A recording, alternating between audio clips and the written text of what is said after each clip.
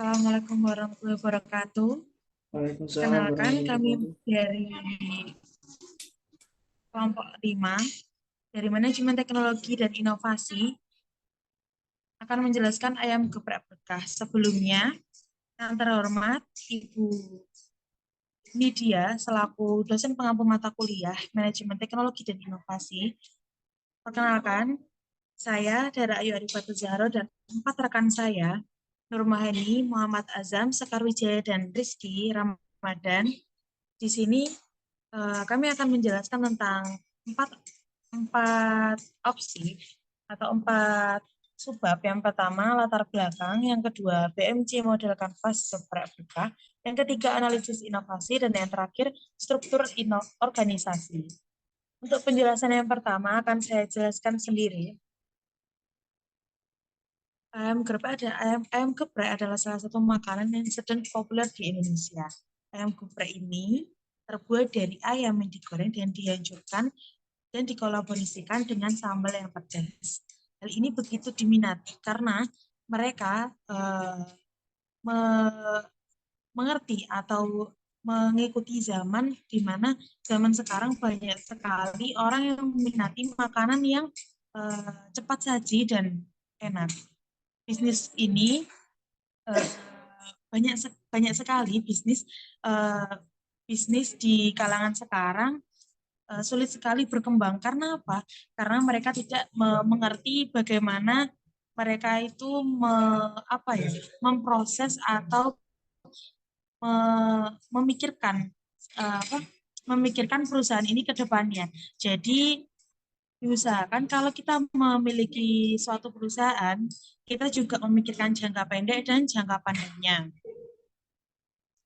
Dan di zaman sekarang juga peminat lebih memilih harga yang murah dengan rasa yang enak ketimbang harga yang mahal rasanya biasa-biasa saja. Jadi kita sebagai pemilik perusahaan mengharuskan atau sebisa mungkin kita mengikuti apa yang diinginkan oleh konsumen, yaitu dengan harga yang murah kita mendapatkan kualitas yang baik serta makanan yang sehat. Untuk penjelasan yang kedua akan dijelaskan oleh Nur Maheni.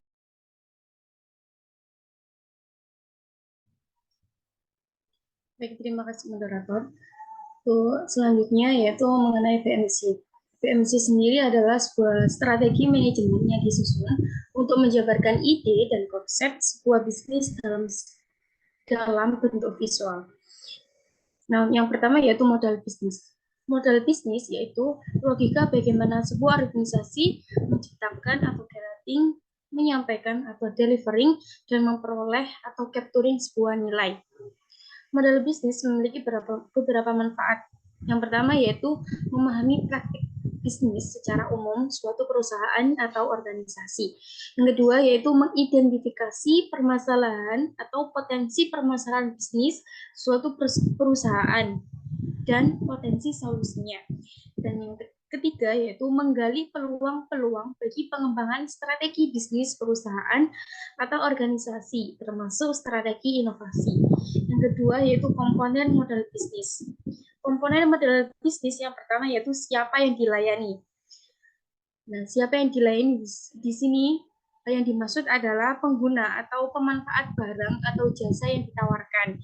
Model komponen yang kedua yaitu apa yang ditawarkan. Yang ditawarkan di sini yaitu nilai atau kemanfaatan barang atau jasa. Yang ketiga yaitu bagaimana cara menghasilkan produk. Komponen di sini yang dimaksud cara menghasilkan yaitu sebuah proses perusahaan dalam membuat produk atau jasa.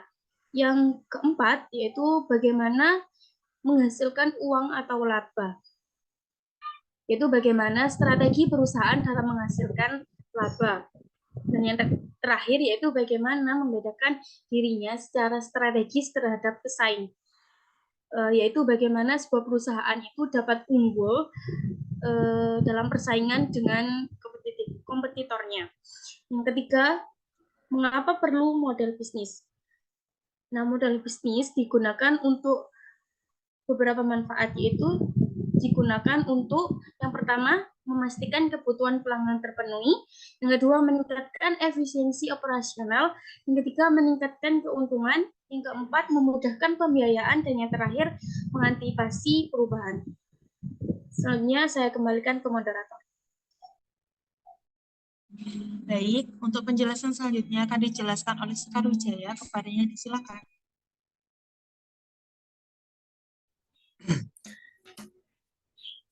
Baik, terima kasih moderator. Di sini saya akan menjelaskan dari elemen bisnis model Canvas.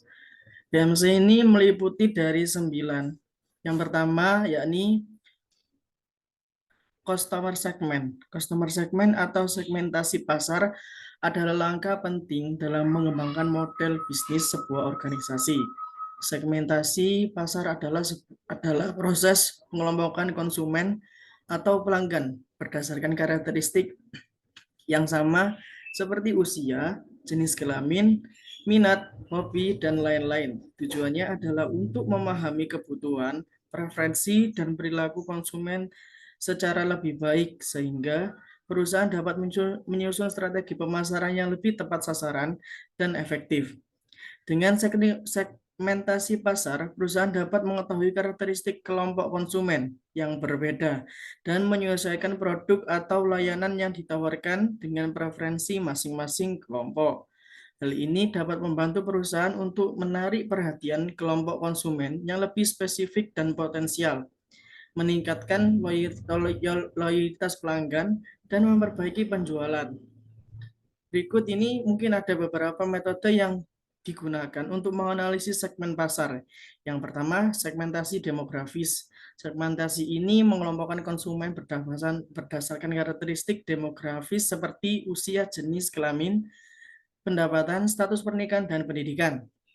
Yang kedua, segmentasi geografis. Segmentasi ini mengelompokkan konsumen berdasarkan wilayah atau lokasi geografis. Yang ketiga, segmentasi perilaku. Segmentasi ini mengelompokkan konsumen berdasarkan perilaku pembelian seperti frekuensi pembelian, loyalitas pelanggan, preferensi merek, dan tingkat penggunaan produk. Yang kedua, value proposition. Value proposition adalah promosi nilai sebuah pernyataan atau konsep yang menjelaskan manfaat atau nilai yang ditawarkan oleh produk dan layanan perusahaan kepada pelanggan. Value proposition ini membantu perusahaan untuk membedakan produk atau layanan dari pesaing serta menarik minat dan kepercayaan pelanggan. Proporsi nilai ini dapat kombinasi beberapa elemen seperti fitur produk atau layanan, keunggulan dalam hal kualitas atau harga, pengalaman penggunaan yang unik, atau layanan pelanggan yang sangat baik. Proporsi ini yang baik harus memberikan manfaat yang jelas dan memberi bagi pelanggan serta kebutuhan keinginan mereka. Untuk memahami proporsi nilai dari ini, inovasi atau produk dan jasa, maka setidaknya kita mengetahui 4 elemen berikut, seperti kelebihan, manfaat, dan pelanggan harus lebih memilih produk yang apa. Terutama membedakan produk beda dari pesaingannya. Yang ketiga, channel. Saluran distribusi atau channel memiliki peran penting dalam mempertemukan produsen atau penjual dalam konsumen atau memakai produk jasa yang dihasilkan. Saluran distribusi ini yang dapat membantu produsen atau penjual untuk mencapai target pasar dan memperoleh keuntungan yang optimal. Oleh karena itu, pemilihan saluran distribusi perlu diperhatikan dengan baik dan disesuaikan dengan jenis produk atau jasa, karakteristik pasar, serta tujuan dan strategi bisnis yang diinginkan. Saluran distribusi ini berupa saluran channel dan saluran direct channel dan saluran tidak langsung. indirect channel.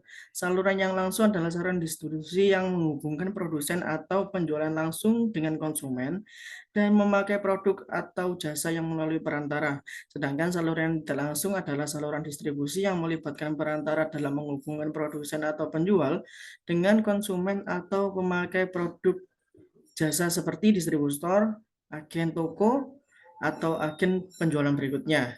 Berikut mungkin ada contoh saluran distribusi atau channel jasa yang pengembangan aplikasi seperti ada 5, seperti situs web, yang kedua pemasaran, yang ketiga pameran dan konferensi, dan yang keempat referral dan rekomendasi, serta yang terakhir email dan newsletter. Yang keempat, yakni untuk selanjutnya yang keempat, customer relationship. Customer relationship adalah hubungan pelanggan. Ada pelanggan yang elemen menggambarkan bagaimana perusahaan akan berinteraksi dengan pelanggan untuk membangun hubungan yang kuat dan mempertahankan loyalitas pelanggan. Customer relationship ini ialah strategi pemasaran yang terbaik dalam mempertahankan klien, konsumen, dan pelanggan yang telah ada dengan cara mengelola agar melakukan pembelian berulang sehingga konsumen tidak akan lari ke kompetitor lain. Ada beberapa yang digunakan untuk membangun dan memperkuat pelanggan hubungan dengan customer relationship pada BMC Business Model Canvas. Di antaranya ada 5, yakni program loyalitas, dan yang kedua penawaran khusus, yang ketiga pengelolaan keluhan, yang keempat meningkatkan interaksi, yang kelima komunikasi aktif. Lanjut yang kelima, yakni revenue streams. Revenue stream adalah sumber pendapat merujuk pada cara-cara yang digunakan oleh sebuah perusahaan yang menghasilkan pendapatan dari produk atau jasa yang mereka tawarkan kepada pelanggan. Sumber pendapatan ini merupakan salah satu elemen penting dalam sebuah bisnis. Oleh karena itu, tanpa pendapatan yang cukup, bisnis tidak akan bertahan. Adapun beberapa contoh dari suatu pendapatan perusahaan seperti penjualan produk, yang kedua langganan, yang ketiga iklan, yang keempat komisi, yang kelima sewa, dan yang keempat lisensi, yang terakhir 7 donasi. Untuk selanjutnya kami lanjutkan ke moderator.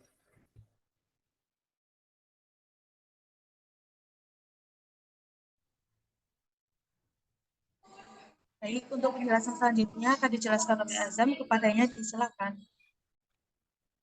Baik, saya akan menjelaskan penjelasan dari sebelumnya, lanjutan pembahasan dari sebelumnya. Yang nomor 6, key resources atau sumber daya kunci merujuk pada semua aset atau elemen yang diperlukan oleh perusahaan untuk menjalankan bisnis mereka dengan efektif. Sumber daya kunci meliputi segala hal dari infrastruktur fisik dan teknologi sehingga sumber daya manusia, kekayaan intelektual, dan sumber daya finansial.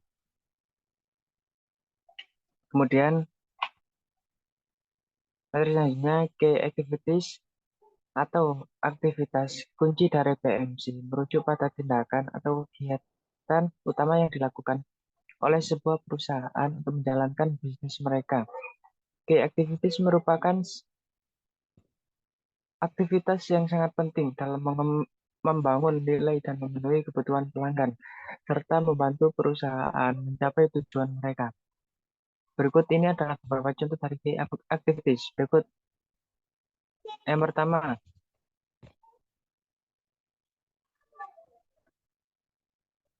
manufaktur.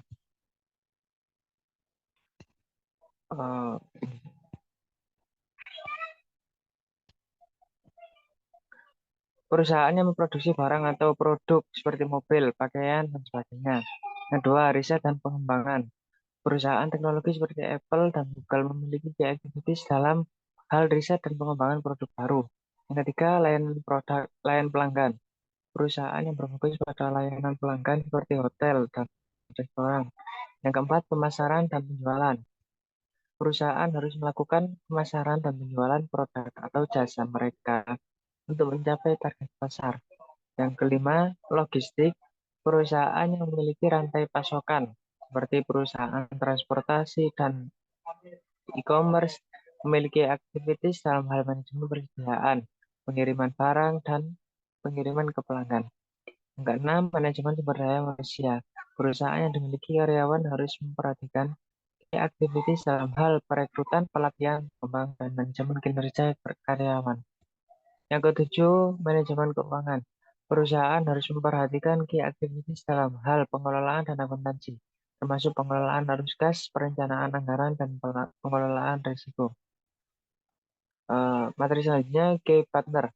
Key partner atau mitra kunci dalam BMC adalah entitas atau organisasi lain yang dapat membantu perusahaan dalam membangun, memproduksi, dan menyediakan produk atau layanan mereka. Mitra kunci dan dapat membantu mengurangi risiko, memperkuat nilai proposisi, dan meningkatkan efisiensi dan efektivitas bisnis. Materi yang terakhir, cost structure. Cost structure adalah gambaran biaya-biaya yang dikeluarkan oleh sebuah bisnis dalam menjalankannya.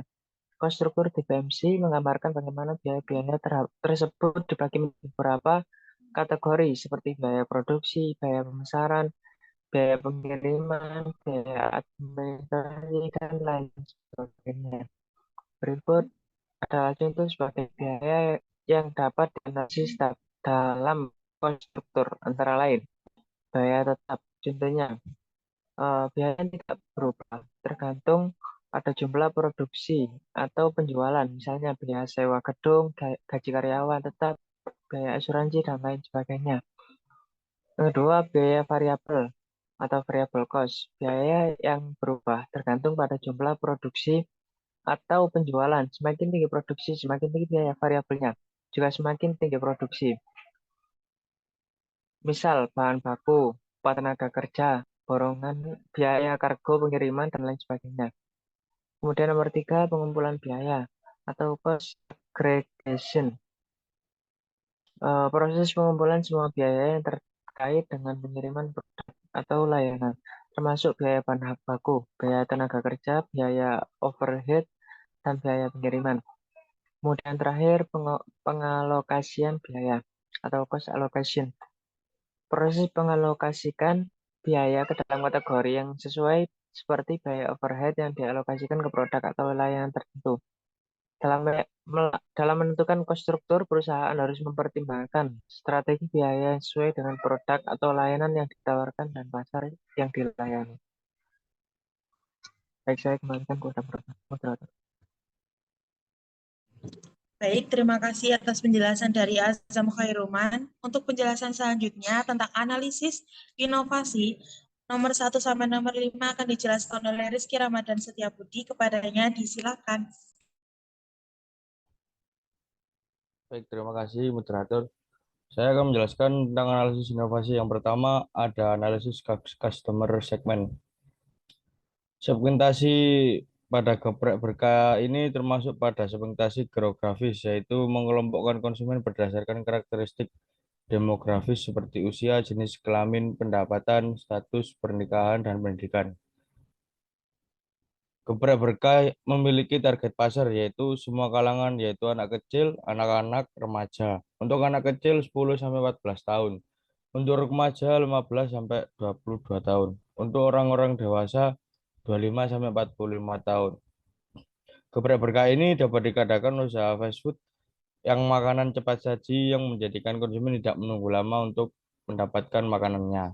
Yang kedua ada analisis value proposition. Kelebihan dari produk geprek berkah adalah harga produk yang terjangkau. Produk geprek berkah merupakan makanan pedas yang tidak semua orang kuat untuk dengan makanan pedas. Untuk mengatasi hal tersebut, geprek berkah memikirkan opsional bagi pelanggan yang tidak kuat pedas dengan memberikan layanan pada sambalnya untuk bisa dipisah. Geprek berkah juga menciptakan varian menu baru agar konsumen tidak merasa bosan.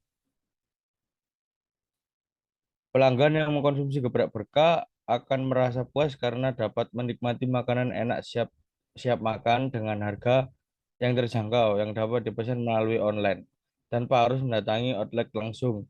Pelanggan memilih geprek berkah karena kualitas produk terjamin kebersihan dan kehigienisannya. Yang ketiga ada analisis channel. Geprek berkah memasarkan produknya dengan cara menjual offline dan online. Menjual online dengan menggunakan media sosial sebagai alat pemasarannya. Media sosial dapat membantu proses pemasaran produk dengan efektif dan efisien. Media sosial yang digunakan ada seperti GoFood, yang kedua Shopee Food, yang ketiga Instagram, yang keempat YouTube, yang kelima ada Twitter. Lalu yang keempat, analisis customer relationship. Strategi yang dilakukan geprek berkah dalam menarik konsumen adalah memberikan promosi, seperti membeli 2 gratis 1 dan potongan harga pada produknya. Potongan harga maupun promosi dapat dilakukan pada momen tertentu, misalnya awal bulan atau akhir tahun, atau waktu ada peringatan hari nasional seperti Lebaran, Hari Pahlawan, dan lain sebagainya. Strategi lain geprek berkah adalah memberikan pelayanan yang ramah terhadap konsumen sehingga konsumen dapat merasa nyaman dan loyalitas konsumen tercapai. Yang terakhir, yang kelima ada analisis revenue streams. Pendapatan yang diterima geprek berkah adalah dari penjualan paket ayam gepreknya dan beberapa macam menu camilan. Jika ingin membeli menu camilan, konsumen harus membayar lebih lagi. Untuk menyukseskan perusahaan, untuk memilih mitra bisnis yaitu supplier yang berhubungan langsung dengan proses pembuatan ayam geprek seperti tepung terigu, agen ayam, bawang putih, dan lainnya. Saya kembalikan kepada moderator. Terima kasih. Baik, terima kasih atas penjelasannya. Untuk penjelasan selanjutnya akan dijelaskan oleh Sekar Wijaya Kusuma. Kepadanya disilakan. Terima kasih kepada moderator. Saya akan melanjutkan analisis inovasi yang nomor 6. Yang pertama, analisis key recourse. Geprek berkah telah mempunyai SDM dan pastinya SDM yang dimiliki oleh geprek berkah dapat berinovatif, tekun, dan memiliki dedikasi yang tinggi. Alat masakan yang dimiliki geprek berkah sudah pasti lengkap dan fasilitasnya seperti meja, kursi sudah tertata rapi dan bersih. Yang ketujuh, analisis key activities. Analisis yang dilakukan geprek berkah ini adalah memproduksi dengan varian makanan yang baru, setelah itu melakukan penjualan secara offline dan online, lalu melakukan promosi untuk meningkatkan promosi nilai, dan juga melayani konsumen dengan ramah. Yang kedelapan yakni analisis key partner. Geprek berkah juga bekerja sama dengan jasa food vlogger dan influencer untuk membantu memasarkan produknya melalui konten-konten, baik berupa foto maupun video yang kemudian diupload di media sosialnya seperti ada YouTube, Instagram, Twitter, dan lain sebagainya. Dan yang terakhir, analisis cost struktur dalam menjalankan bisnis. Geprek berkah ini mengeluarkan biaya yang dibagi menjadi dua, yaitu fixed cost dan variable cost. Fixed cost terdiri dari sewa outlet, biaya listrik, biaya gaji karyawan, sedangkan variable cost terdiri dari biaya bahan baku dan alat produksi makanan. Selesai, terima kasih. Saya lanjutkan kepada moderator. Baik, untuk penjelasan selanjutnya tentang struktur organisasi. Struktur organisasi di sini ada, yang pertama ada direktur utama. Nah, tugas direktur utama ini yaitu memimpin dan mengambil keputusan strategis untuk mengarahkan perusahaan ini mencapai tujuannya. Tujuan-tujuannya ada 5. Yang pertama, menetapkan strategi perusahaan, bagaimana arah ke depannya perusahaan tersebut. Yang kedua, membuat keputusan penting. Misalnya di suatu rapat, direktur utamalah yang berhak untuk memutuskan keputusan. Yang ketiga, memastikan perusahaan benar-benar mematuhi peraturan. Di suatu perusahaan pasti ada banyak sekali peraturan dan sanksi-sanksinya. Jadi sebagai direktur utama, tugas mereka adalah memastikan perusahaan benar-benar mematuhi peraturan tersebut. Yang keempat, menentukan struktur perusahaan dan melakukan perbaikan jika dibutuhkan. Jadi untuk menentukan sekretaris, bendahara, dan divisi-divisi lainnya, direktur utamalah yang berhak memilih atau melakukan perbaikan. Maksudnya melakukan perbaikan di sini adalah jika ada misalnya sekretaris mengundurkan diri dari perusahaan, tugas direktur utamalah yang berhak mencari pengganti dari sekretaris tersebut. Dan yang terakhir, membangun dan merealisasikan budaya kerja yang baik. Yang kedua, seorang sekretaris. Sekretaris di sini memegang peran penting untuk kelancaran operasi perusahaan. Jadi, tugas sekretaris ini ada 5. Yang pertama, menjaga jadwal rapat. Jadi, sekretaris ini gimana mengatur atau menjadwalkan rapat-rapat perusahaan jika diperlukan. Misalnya ada rapat di sana, jadi seorang sekretarislah yang menjadwalkan atau biasa disebut rundown-nya itu yang buat sekretaris. Yang kedua, mengurus keluar dan masuknya surat. Surat apa? Misal dari perusahaan sana ingin melakukan sebuah kolaborasi dengan perusahaan kita, jadi seorang sekretarislah yang berhak untuk mengurusnya. Yang ketiga, mengatur jalannya acara dan perjalanan pada saat acara perusahaan. Jadi misalnya ada jalannya acara, suatu acara, sekretarislah yang ibaratnya MC-nya ya, yang mengatur jalan dari acara tersebut.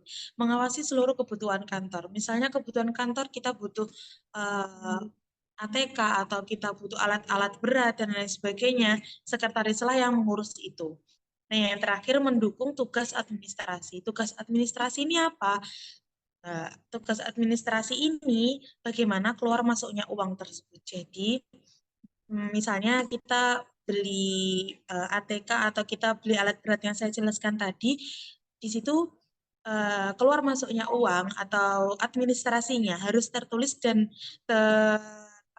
terstruktur gitu. Terus yang ketiga tentang tugas bendahara. Bendahara tugasnya yang pertama mencatat seluruh transaksi keuangan perusahaan. Nah, ini tadi tugas sekretaris kan mendukung tugas administrasi. Jadi sekretaris yang menulis, bendahara yang mencatat seluruh transaksi keuangan. Dilaporkan kepada sekretaris. Yang kedua, menyiapkan laporan keuangan bulanan dan tahunan.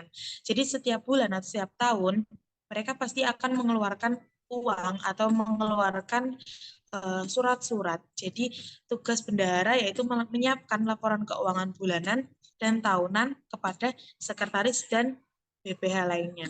Yang ketiga, mengurus kas perusahaan. Yang keempat, merencanakan dan mengawasi seluruh anggaran perusahaan. Jadi setiap kita ingin membeli membeli sesuatu yang dibutuhkan oleh perusahaan, itu pasti ada anggarannya. Misal alat berat harganya 1 juta gitu misalnya. Terus ini harganya 2 juta dan itu udah dianggarkan. Jadi ya tidak boleh lebih, kalau kurang boleh, tapi tidak boleh lebih karena itu sudah dianggarkan. Terus yang keempat tentang divisi pemasaran. Divisi pemasaran tugasnya ada 6, membuat strategi pemasaran, membangun hubungan baik dengan pelanggan. Membangun hubungan baik dengan pelanggan ini maksudnya apa? Jadi mereka yang menjalin hubungan dengan customer langsung. Jadi gitu. Terus mengumpulkan dan menganalisis data, tren pasar. Anak zaman sekarang itu butuhnya apa sih? Anak zaman sekarang itu trennya apa? Kayak gitu. Tugas divisi pemasaran yang memantau jalannya globalisasi gitu. Terus melakukan riset pasar, membangun kemitraan. Yang dijelaskan kita memiliki brand ayam geprek berkah, pasti kita menjalin kemitraan dengan produsen